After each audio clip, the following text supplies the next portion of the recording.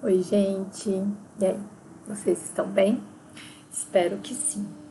Bom, nós chegamos ao capítulo 12, O Bilhão Ascendente, né, do livro A Abundância. Basicamente, neste capítulo, a gente vai falar sobre os mais pobres dos mais pobres. Mas a mensagem que eles querem trazer aqui é justamente a gente parar de olhar para esses mais pobres como pobres coitados vítimas da sociedade. E sim olhar para eles como possíveis co-criadores criativos, consumidores, sobreviventes, empresários resilientes. Então é para trazer uma nova visão, né? Que até então a gente tinha lá do capítulo anterior da filantropia antiga, que era só dar o peixe, né? Então agora a gente ensina a pescar. Então esse bilhão ascendente, eles vão ter condições de fazer parte da economia ativa do mundo. Essa é a ideia principal. Bom, se você está chegando aqui agora, eu sou Rosângela Carvalho e o objetivo deste canal é compartilhar conhecimento por meio da leitura. Vamos lá. Os primeiros personagens desse capítulo é o Stuart Hart e vou ter que ler esse nome porque ele é bem grande e complicado, Coimbatore Krishnahal Parhalat, ou simplesmente CK. Então, para simplificar, a partir daqui eu falarei simplesmente CK. Então, Hart e CK se conheceram em 1985, quando Hart estava terminando seu doutorado, e o Parhalat, ou CK, ele já era um professor titular já de sucesso e uma lenda em ascensão.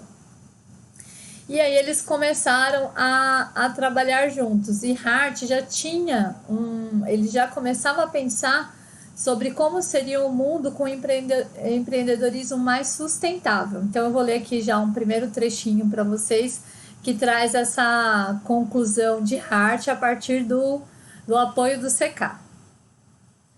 Nos anos seguintes, Hart e CK se conheceram, ministraram cursos juntos e viraram amigos. No final da década de 80, quando a maioria dos colegas profissionais de Hart o aconselhava a abandonar seu interesse pelo meio ambiente e permanecer concentrado nos negócios, Parhalat foi um dos poucos que o encorajaram em sua paixão. Na verdade, diz Hart, se não fosse por CK, eu nunca teria tomado a decisão consciente que tomei em 1990, de dedicar o resto da minha vida profissional aos empreendimentos sustentáveis. Foi a melhor decisão que já tomei. Aqui ele conta, o autor, né?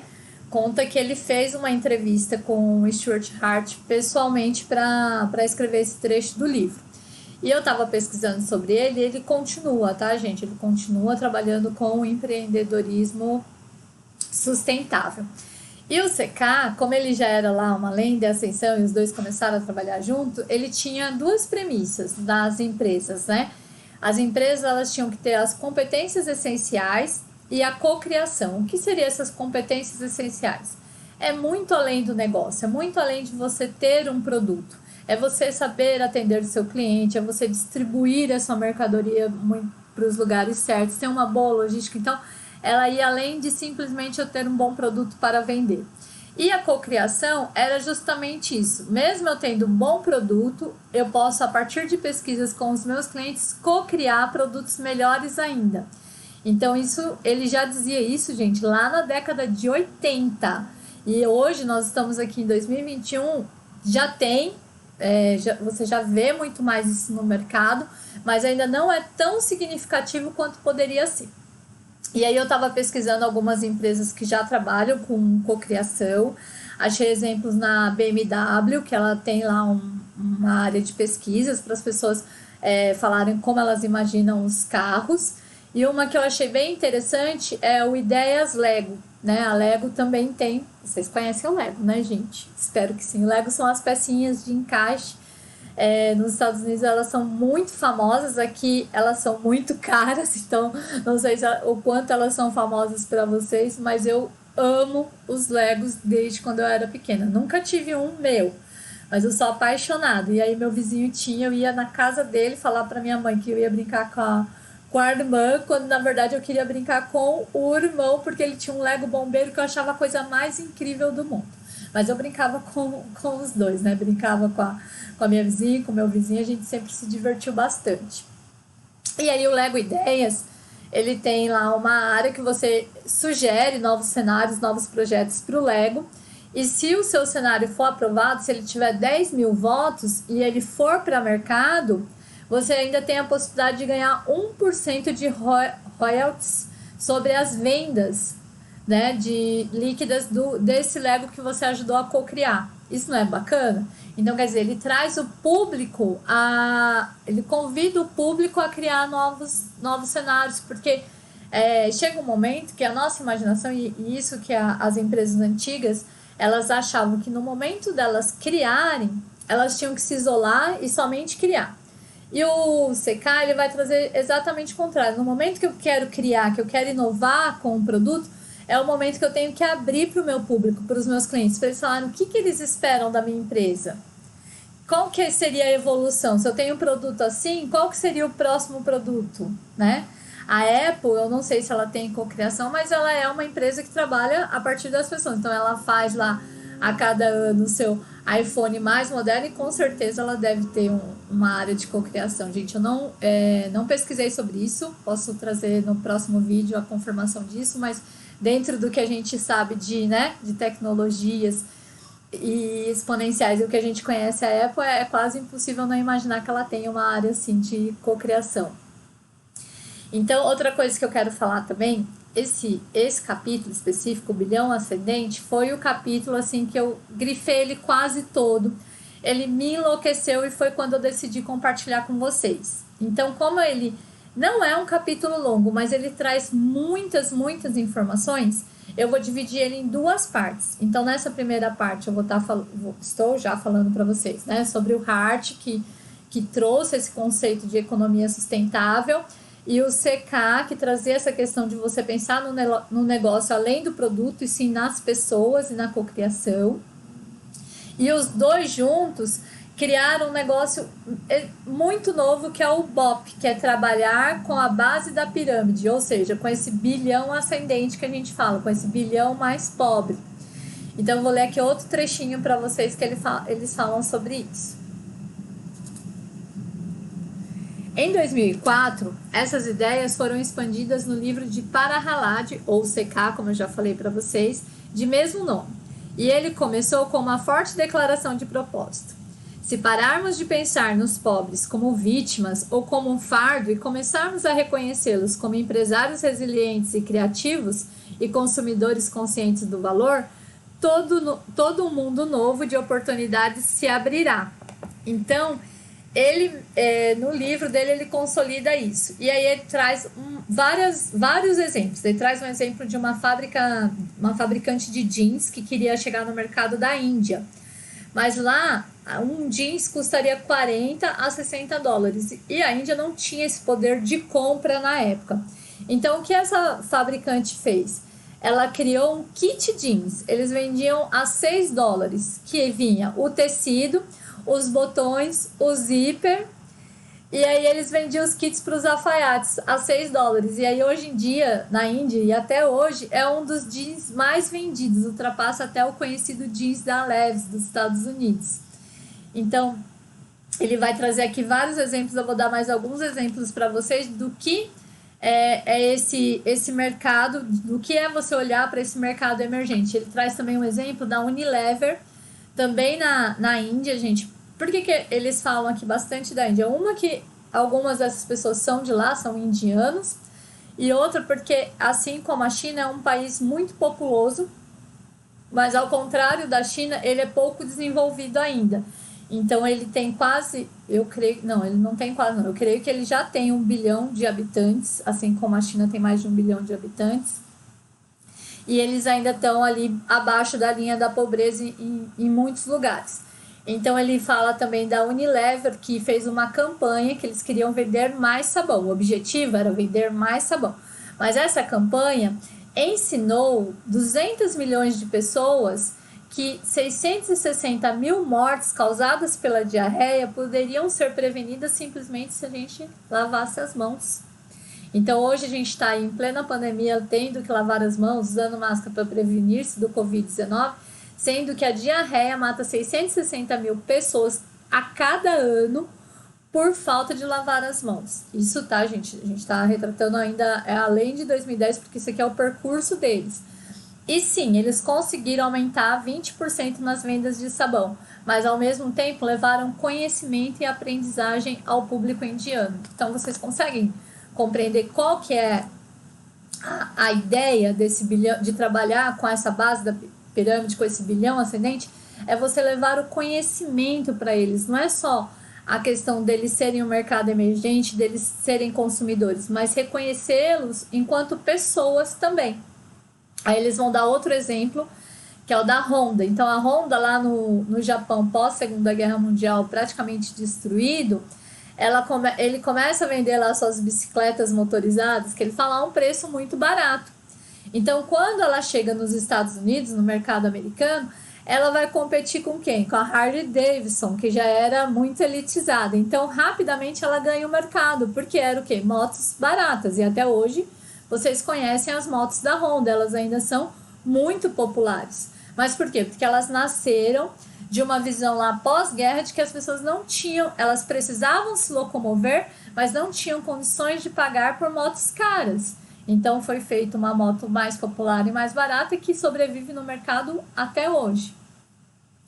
Outro exemplo também bem bacana que ele traz é do carro Nano, do Ratan Tata, que ele criou o carro popular mais barato do mundo. Então, tudo isso são possibilidades de mercado para essa base da pirâmide, né? Para esse, eles chamam de BOP, né? Que é a sigla em inglês, né? Que é Bottom of the Pyramid. Não sei se a pronúncia é essa, tá, gente? Mas eles chamam de mercado BOP. Aí eu vou ler um outro trechinho aqui para vocês. As opções eram o ingrediente que faltava. Então, ou seja, eles trazem essas opções. Então, eu chego lá no mercado americano, eu tenho uma Harley Davidson e tenho uma Honda, mas o meu dinheiro só dá para comprar a Honda, então eu vou comprar a Honda. Se um dia no decorrer da minha vida no trabalho eu tiver condições de comprar uma Harley Davidson, que ainda é o sonho de consumo de muitas pessoas que amam as motocicletas, eu vou comprar. Mas para começar, eu começo lá na Honda. Subitamente, o bilhão ascendente, ou melhor, os 4 bilhões, tem um meio e uma razão para participar da conversa global. Essa nova geração crescendo com liberdade de comunicação, diz Tata, está conectada ao mundo de informações e de entretenimento antes inexistente. Então, aqui o Ratan Tata, ele já está falando um pouco dessa questão da tecnologia estar mais acessível a gente. Então, a gente tem voz, né? A gente consegue expor as nossas opiniões. Eles têm necessidades e desejos que ultrapassam os da geração mais velha e serão exigentes em termos de qualidade de suas vidas. Pela primeira vez, não apenas suas vozes estão sendo ouvidas, como suas ideias às quais nunca tivemos acesso antes. Estão aderindo à conversa global. E ainda que a única razão seja a lei dos grandes números e o poder dessas ideias, esse fenômeno situa o bilhão ascendente na mesma categoria da tecnologia exponencial, dos adeptos ao DIY e dos tecnofilântropos, ou seja, uma força potente pró-abundância. Então, o bilhão ascendente também é essa força potente, né? Voltando ainda ao exemplo lá da moto Honda e da Harley. Para eu comprar uma Harley, eu não sei, tá, gente? Vou dar só um exemplo, não faço ideia quanto está custando uma Harley. Mas vamos supor que proporcionalmente, uma Harley custe 10 vezes o valor da Honda. Então, o que é melhor? Eu vender uma Harley Davidson ou 10 motos? Trazer mobilidade para 10 pessoas em vez de uma. Então, vocês entendem o que é essa base da pirâmide? Eu estou levando acesso, recursos a pessoas que antes não tinham e, ao mesmo tempo, eu estou levando esses acessos, esses recursos de forma exponencial. Em vez de eu privilegiar apenas uma pessoa, eu estou privilegiando 10, 100 pessoas. E isso nos leva ao trecho seguinte, que é a aposta de Qadir. Qadir, ele trabalhava no capital, ele era um capitalista de risco em Nova York em 1993. Quando, de repente, faltou energia, gente. E aí faltou energia e ele começou a lembrar da infância dele, de um dia que ele precisou caminhar um dia inteiro para buscar um remédio para a avó isso lá em Bangladesh, que era onde ele nasceu. E quando ele chegou, a farmácia já estava fechada. Ele não conseguiu encontrar. Então, ele perdeu o dia todinho dele e não atingiu o objetivo. Então, ele lá, sem energia, sem conectividade, ele teve essa epifania. Lembra, gente, lá do Poder do Hábito, aquele momento de epifania, quando a gente tem uma luz? Ele pensou, gente, conectividade é igual a produtividade. E aí ele mudou a área de pensamento dele, ele de capital de risco, lá de negociador de capital de risco, ele voltou para Bangladesh com uma ideia de levar telefones celulares mais baratos para as pessoas, pensando que as pessoas que tivessem acesso ao celular, elas teriam acesso a coisas que antes elas não tinham.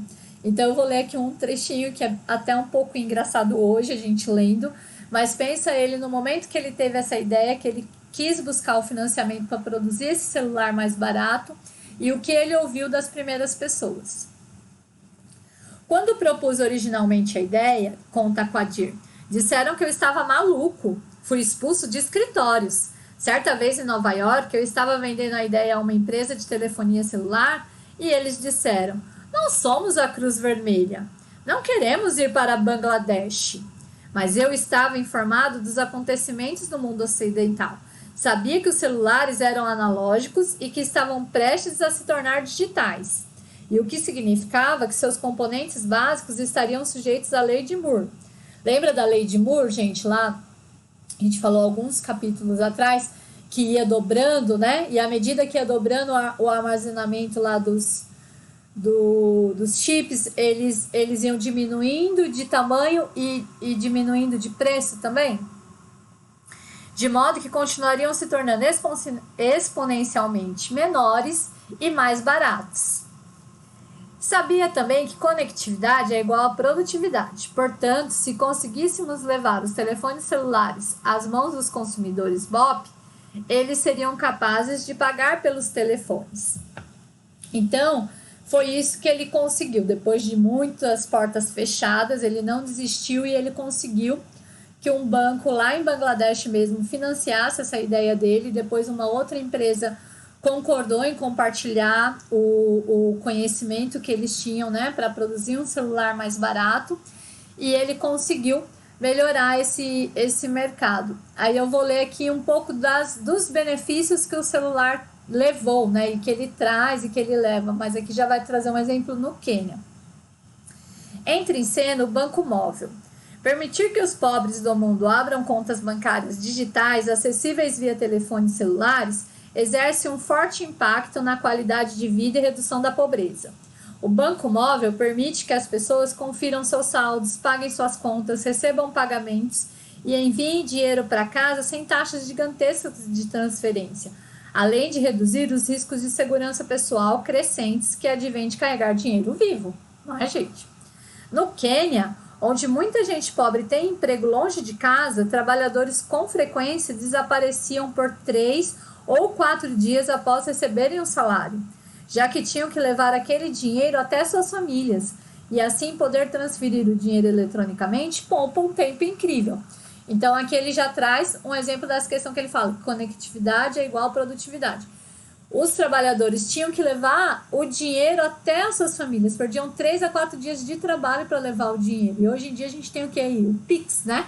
Que num piscar de olhos, transfere o dinheiro para sua conta ou você recebe um pagamento. Então, olha quanto tempo poupado a gente tem nesse sentido. E isso só nos foi possível através do aparelho celular. E aí ele descreve uma infinidade de exemplos. Ele traz sobre os aplicativos de pesca, aplicativos de produção e distribuição de alimentos. Então, o quanto que às vezes a pessoa está lá numa região rural, lembra? A gente já falou isso também em outros capítulos, distante, né, das informações. E aí, se eu tenho um celular, um aplicativo que traz, olha, tal região está precisando desse produto, eu deixo de ficar procurando o lugar onde eu vou distribuir e vou lá já direto onde eles estão precisando do meu produto. Eu consigo fazer essa pesquisa antes de sair de casa. Então, eu economizo tempo e dinheiro e vendo meu produto no local onde ele é necessário. E aí ele fala aqui no trecho que só a Apple tinha 6 mil aplicativos só para medicina. Então ele fala de um aplicativo estetoscópio, que você transforma o celular no estetoscópio. Pensa que incrível isso. E já muitos médicos já tinham baixado esse aplicativo. Eu vou ler um trechinho aqui para vocês. E esse é apenas um entre os 6 mil aplicativos de assistência médica oferecidos pela Apple. Os exemplos não param, mas o que todos têm em comum é fortalecerem o indivíduo como nunca antes. A maioria desses serviços exigia uma enorme infraestrutura, recursos e profissionais bem treinados, tornando-os acessíveis basicamente no mundo desenvolvido. Se uma dessas definições de abundância é a disponibilidade generalizada de produtos e serviços, como estetoscópios ou teste de qualidade de água, então o bilhão ascendente agora conectado à rede está rapidamente ganhando acesso a muitos dos mecanismos fundamentais da prosperidade do primeiro mundo. Então, para eu não me alongar muito nesse vídeo, eu vou encerrar nesse trecho e a gente continua no vídeo da semana que vem para falar da maldição dos recursos. Porque esse capítulo ele traz muitos exemplos, eu comecei a ler e eu não queria deixar de citá-los para vocês, de contar todos esses benefícios, porque a gente tá tendo uma onda de que o celular ele é muito negativo, e realmente ele é, né? Assim, se você não souber fazer uso dele. Assim como o remédio, né? A diferença entre o veneno e o remédio é a dose. E o celular é a mesma coisa. A diferença entre você usar o celular para trabalhar e tornar-se mais produtivo através da conectividade é a forma que você vai trabalhar com ele. Então, se eu estou usando um celular só para acessar redes sociais, para ficar assistindo vídeos que não me agregam valor, então eu estou fazendo mau uso desse benefício que a gente adquiriu nos últimos anos. Então, vou deixar vocês aí com essa reflexão, né, com esses benefícios que o celular trouxe. E aí, na semana que vem, a gente continua, tá? Um beijo e até a semana que vem.